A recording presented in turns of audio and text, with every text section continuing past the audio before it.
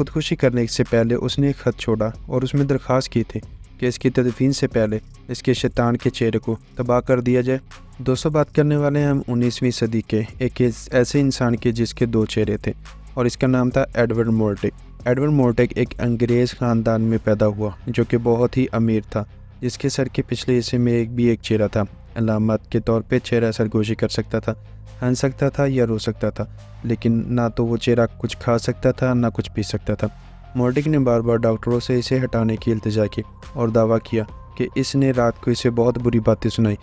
جبکہ رپورٹ کے مطابق اس کے سر کے جو پچھلے حصے پہ دوسرا چہرہ تھا اس کی آنکھیں اور ایک منہ تھا۔ نقلی چہرہ نہ دیکھ سکتا تھا، نہ کھا سکتا تھا اور نہ بول سکتا تھا، لیکن وہ اپنی آنکھوں سے اشارے ضرور کر سکتا تھا، اور جب کبھی مورٹیگ روتا تھا اور وہ چہرہ اس پہ ہنستا اور مسکراتا تھا۔ مورٹیگ نے بار بار ڈاکٹروں سے التجا کی کہ یہ شیطانی چہرہ ہٹا دیا جائے، کیونکہ سب سے عجیب اور ساتھ ہی ساتھ انسانی خرابی کی سب سے زیادہ اداس کہانیوں میں سے ایک کہانی ہے ایڈورڈ مورٹیگ کی، جس کے بارے میں کہا جاتا ہے کہ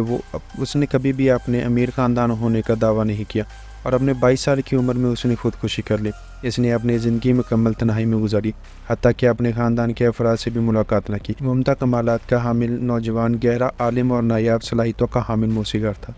اس کی شکل اس کے فضل کے لیے قابل ذکر تھی، اور اس کا چہرہ، یعنی کہنے کے لیے اس کا قدرتی چہرہ، ایک اینٹنس کا تھا، لیکن اس کے سر کے پچھلے حصے پر ایک چہرہ تھا، وہ ایک خوبصورت لڑکی کا، خواب کی طرح پیارا، شیطان جیسا گھناؤنا۔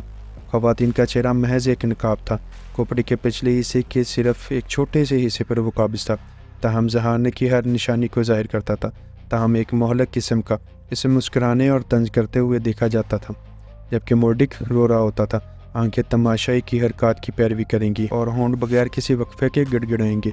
کوئی آواز سنائی نہیں دے رہی ہوگی، جبکہ مورٹیگ نے اس بات کا انکار کیا، اور مورٹیگ نے یہ بھی بات کہی کہ جب کبھی بھی وہ رات کو سونے کی کوشش کرتا ہے تو اس کا یہ چہرہ اس کو شیطانی وسوسوں سے بھر دیتا ہے اور اس میں فتنے پیدا کرنے کی کوشش کرتا ہے اور اس کی ساری نیند کو برباد کر دیتا ہے۔ مورٹیگ نے 1000 کوششیں کی کہ کسی طرح اس کا یہ چہرہ اس سے الگ کر دیا جائے، لیکن ڈاکٹر بھی اس چہرے کو اس سے الگ نہ کر پائے، اور آخرکار مورٹیگ نے اپنے ہی ڈاکٹر سے کسی طرح زہر کو حاصل کر لیا اور اکیلے کمرے میں جا کے اس نے خودکشی کر لی۔ اور خودکشی کرنے سے پہلے اس نے ایک خط چھوڑا اور اس میں درخواست کی تھی کہ اس کی تدفین سے پہلے اس کے شیطان کے چہرے کو تباہ کر دیا جائے یا اس کو اتار دیا جائے۔ ایسا نہ ہو کہ یہ میری قبر میں اپنی خوفناک سرگوشی جاری رکھے۔ اس کی اپنی درخواست پر اسے ایک ویران جگہ پر دفن کیا گیا، جس میں اس کی قبر کو نشان زد کرنے کے لیے پتھر یا افسانہ نہیں لگایا گیا تھا۔